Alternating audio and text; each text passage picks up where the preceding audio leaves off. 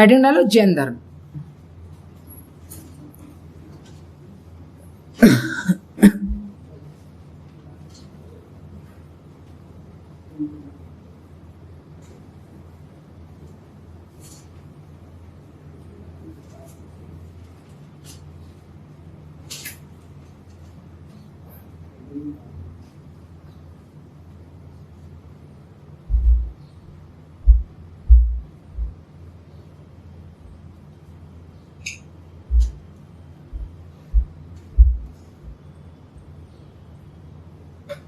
जिसने भी एक ईश्वर बात में विश्वास किया है वो ठीक रहा है, क्योंकि उसको उस चीज की क्या हो जाती है, समझ हो जाती है। समझ होने से क्या मिल जाती है, अपन को ताकत मिलती है, मिले या ना मिले, लेकिन हम रहेंगे फिर।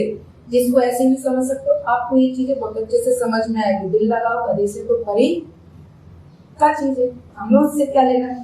तो वैसे ही किसी भी एक ईश्वर से दिल लगा लो, वो मिल जाएगा।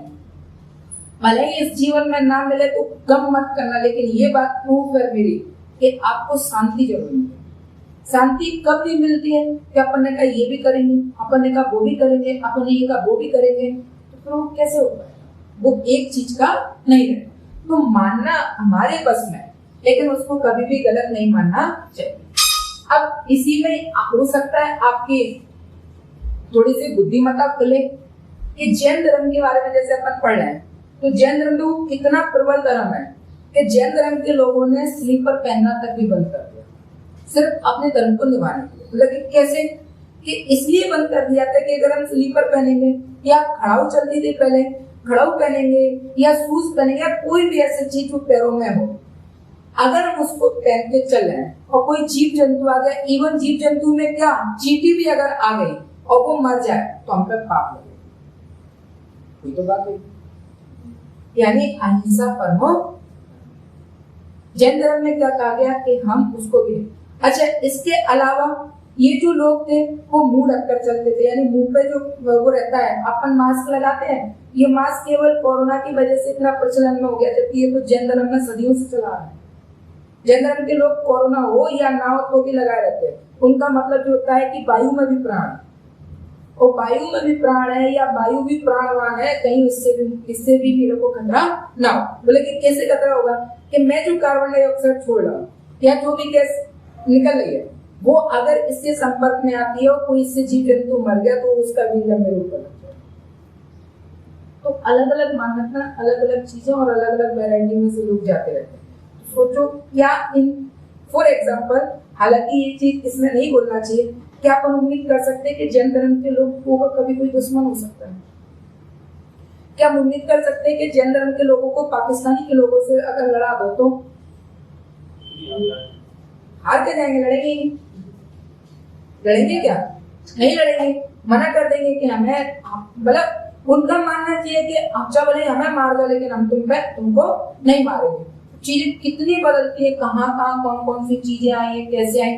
जबकि सिख धर्म ने तलवार ही रक्षा करने के लिए उठाई। उनका मकसद ये नहीं था कि हम किसी को मारेंगे, उनका मकसद क्या था? हमारे देश में मुगल थे, मुगलों को मारना, उन मुगलों को मारने के लिए उन्होंने क्या उठाई थी? तलवार उठाई।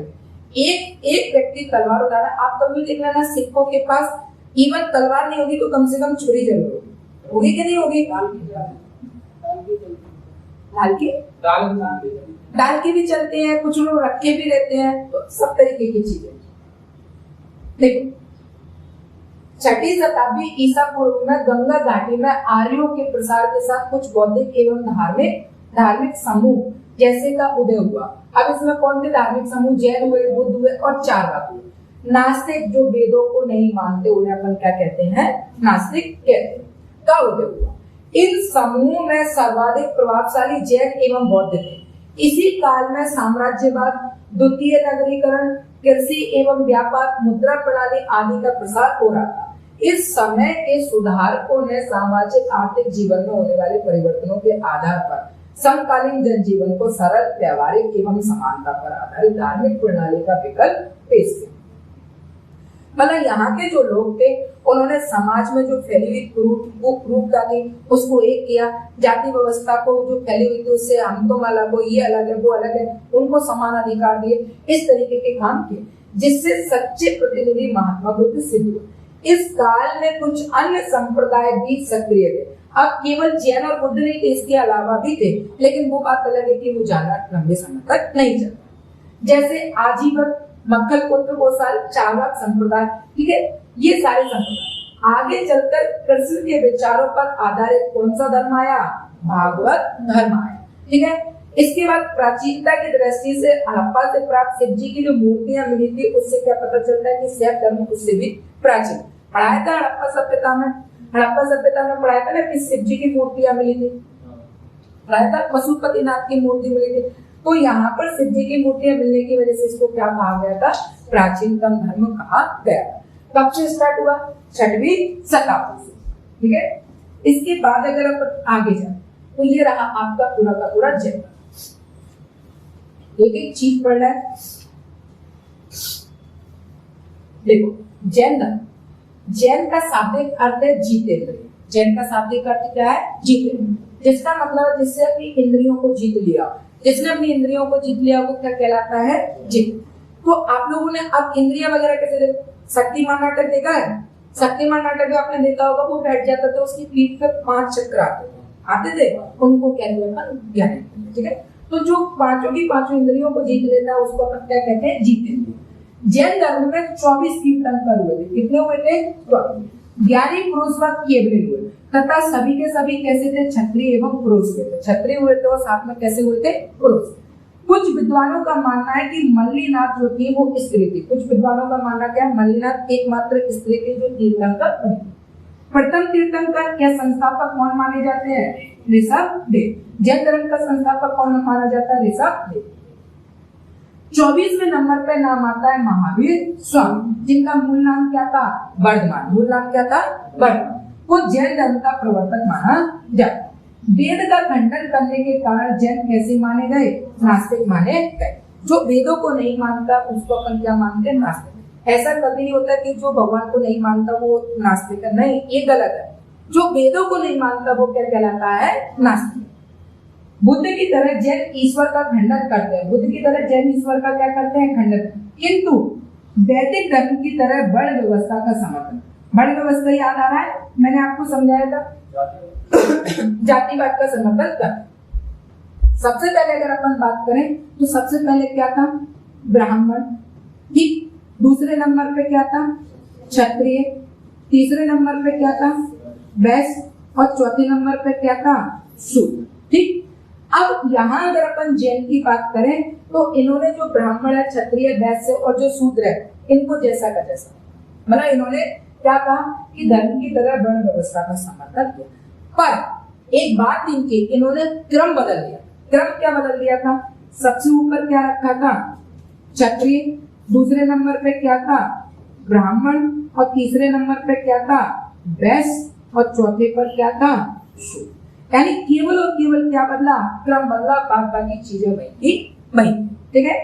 तो यहाँ जैन शाब्दिक अर्थ क्या है? जीतेंद्रिय। 24वें तीर्थंकर कौन थे? महावीर स्वामी। एकमात्र स्त्री कौन थी? मल्लीनाथ। संस्थापक किसको माना गया? ऋषभदेव। केवल क्रम बदला था। क्या वर्ण व्यवस्था में इनकी वो थी? हाँ, बिल्कुल रुचि थी, लेकिन बस क्या बदल दिया था? क्रम।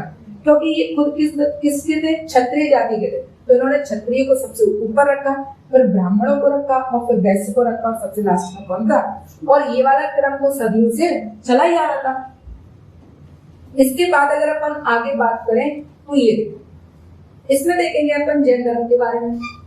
जैन धर्म में जन्म कब हुआ इनका? 599 ईसा पूर्व। कहाँ? वैशाली के निकट कुंडल ग्राम में। ज्ञात्रक के क्षत्रिय कुल में हुआ था। कहाँ हुआ था? ज्ञात्रक के क्षत्रिय कुल में हुआ था। कब हुआ था? 599। कहाँ हुआ था? वैशाली के निकट कुंड ग्राम में। पिता का नाम क्या था? सिद्धार्थ। माता का नाम त्रिशला। बड़े भाई का नाम नंदी वर्धन। ज्ञान प्राप्त कब हुआ? 42 वर्ष की आयु। नदी का नाम क्या हुआ? ऋजु पालिका। के तट पर जाम्बी ग्राम के निकट केवल मतलब ज्ञान प्राप्त हुआ। केवल मतलब क्या होता है? ज्ञान प्राप्त हुआ। प्रथम उपदेश, जब इनको ज्ञान प्राप्त हो गया था तो ये अपने ज्ञान प्राप्त होने के बाद प्रथम उपदेश देने के लिए कहाँ गए थे? राजगृह गए थे। कहाँ गए थे? राजगृह गए थे। अब यहाँ पर क्वेश्चन पूछा जाएगा कि प्रथम उपदेश कहाँ दिया था? तो कहाँ दिया था? राजगृह में। कौन सी भाषा में दिया था? प्राकृत भाषा में। ये उस जमाने की भाषा हुआ करती थी, किस भाषा में? उन्होंने अपना भाषण दिया है, उपदेश। मृत्यु राजगृह के निकट कहाँ? पावापुरी में। मृत्यु कहाँ हुई थी? राजगृह के निकट पावापुरी में। फिर से देखो, जन्म कहाँ हुआ था?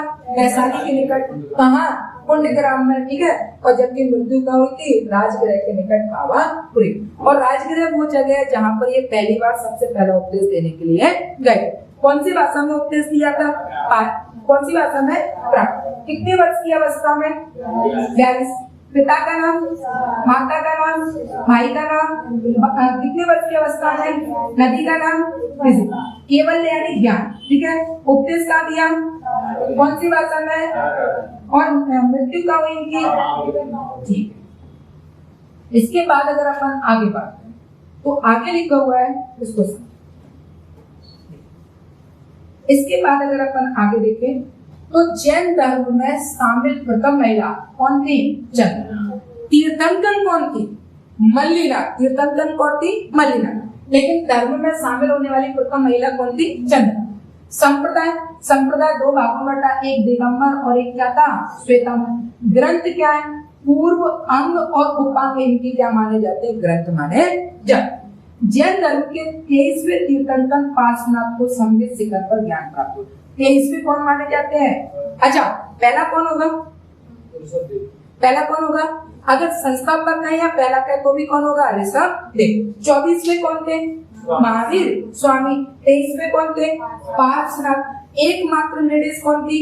मल्ली, ठीक है, मल्लीनाथ। और धर्म में शामिल होने वाली प्रथम महिला कौन थी? चंद्र। और कितने भागों में बढ़ गया था? 2, दिगंबर और श्वेतांबर। परंपरा के अनुसार महावीर पहले ब्राह्मणी देवनंदा के गर्भ में आए थे, किंतु बाद में उनका गर्भ त्रिशला के गर्भ में स्थानांतरित कर दिया गया। जैन धर्म में 63 साल का पुरुषों की मान्यता मानी जाती। जैन धर्म के अन्य नाम, अब जैन धर्म के अन्य नाम क्या है? कुरुचक, याज्ञीय एवं श्वेत पाठ। क्या क्या नाम है? कुरुचक है, याज्ञीय एवं श्वेत। अच्छा, ये बताओ ग्रंथ कौन से हैं? पूर्व, अंग और उपांग। वैसे ही अगर जैन धर्म के अन्य नाम की बात करें तो क्या? कुरुचक, याज्ञीय एवं श्वेत। संलेखना शब्द उपवास द्वारा प्राण त्याग के अर्थ में प्रयोग किया जाता है। ये संलेखना जो होती है एक विधि होती है जिसमें अपन क्या करते हैं? उपवास यानी क्या करते हैं? व्रत। आपको ध्यान होगा मैंने बताया था संलेखना विधि के द्वारा चंद्रगुप्त मौर्य ने कर्नाटक के श्रवणबेलगोला पर उन्होंने अपने प्राण त्याग दिए। बताया था लास्ट टाइम में जैन धर्म अपना लिया था। ये वही संलेखना विधि। संलेखना विधि क्या? उपवास द्वारा अपने क्या त्याग देना? प्राण त्याग। महावीर स्वामी की मृत्यु के बाद सुधर्मन संघ के प्रथम अध्यक्ष। अब महावीर स्वामी की जब मृत्यु हो गई थी, कहाँ हुई थी? राजगृह के निकट पावापुरी में। इनकी जब मृत्यु हुई थी तो सबसे पहला अध्यक्ष कौन बना था? सुधर्म। कर्नाटक के श्रवणबेलगोला में स्थित सबसे ऊंची जैन मूर्ति किसकी है? गोमतेश्वर। मौर्य, गंग, कदम, चालुक्य और राष्ट्रकूट कौन कौन से है? मौर्य है, गंग है, कदम है, चालुक्य, राष्ट्रकूट आदि वंशों ने इसे संरक्षण दिया था। चंद्रगुप्त मौर्य ने अपने लास्ट समय पे अपना लिया था। तो मौर्य वंश है, गंग वंश है, कदम है, चालुक्य और राष्ट्रकूट, इन सब लोगों ने इसको संरक्षण प्रदान किया। जैन धर्म में 5 महाव्रत है। कितने व्रत हैं? 5। कौन कौन से? सत्य, अहिंसा, अस्तेय, अपरिग्रह और ब्रह्मचर्य। कौन कौन से? सत्य, अहिंसा, ठीक है, अस्तेय, अपरिग्रह और ये 5 व्रत माने जाते। आगे बढ़े। इसके बाद अगर अपन आगे बात करें तो अगला लिखा है जैन धर्म में त्रिरत्न। कितने रत्न है? 3। अब वो 3 कौन से? सम्यक दर्शन, सम्यक ज्ञान और सम्यक चरित्र। पहले बात समझो सम्यक क्या होता है। सम्यक का मतलब होता है बिल्कुल स्पष्ट। बिल्कुल स्पष्ट को अपन क्या कहते हैं? सम्यक। अब सम्यक के साथ तुम जो चीज को जोड़ोगे उसका मतलब हो जाएगा वो चीज कैसी होना चाहिए? स्पष्ट होना चाहिए, बिल्कुल साफ सुथरी होना चाहिए। सम्यक दर्शन। सम्यक दर्शन का अर्थ है तीर्थंकरों में पूरी श्रद्धा। बिल्कुल निचुड़ जाओ उनके लिए, है, था और यही रहे। सम्यक ज्ञान का अर्थ है सच्चा और संपूर्ण ज्ञान जो तीर्थंकरों के उपदेशों से प्राप्त होता है। जो तीर्थंकर थे उनसे जो ज्ञान प्राप्त हुआ है वही क्या है? सम्यक ज्ञान। उसको ही क्या माना जाएगा? सम्यक ज्ञान माना। दूसरी भाषा में जो पदार्थ जैसा है उसे वैसा ही जानना, ना कम जानना, ना अधिक जानना और ना विपरीत जानना, जो ऐसा बोध कराता है वही क्या है? सम्यक। ये कैसा है? ब्लू है, ब्लू है, ब्लू था, ब्लू ही रहे। कहा कि ये क्या है? ये पीला है, पीला है, पीला था, पीला ही रहे। इसमें कुछ भी ना अपन ज्यादा कर सकते और ना इसमें अपन कुछ कम कर सकते हैं। उसको अपन क्या बोलते हैं? सम्यक ज्ञान। मतलब सच सच होता है, झूठ झूठ। आप सच को झूठ नहीं कर सकते हो, झूठ को सच नहीं। धर्म बहुत अच्छा चीज है, लेकिन धर्म को मानने वाले लोगों ने अगर अपने अपने हिसाब से मान के चलिए कि जैसे कोई एक्स व्यक्ति है और वो जैन धर्म मानता, अब जैन धर्म मानता है और उसमें क्या हो गया? उन्होंने कहा जो पदार्थ जैसा है उसको वैसा ही मानना, ना कम मानना, ना ज्यादा। ब्लू है, ब्लू ही रहेगा, ग्रीन है, ग्रीन ही रहेगा। अब इसमें से कोई व्यक्ति आया और उन्होंने कहा ना, अभी समय के हिसाब से हर चीज बदलती है, अब वो इसके अगेंस्ट चला जाए। अब वो अपने लोभ लालच के चक्कर में बुरे को सही कह रहा है और सही को क्या कह रहा है? बुरा कह रहा है। तो क्या धर्म गलत मान लेंगे? धर्म गलत नहीं मानेंगे, वो व्यक्ति गलत है, धर्म गलत। क्योंकि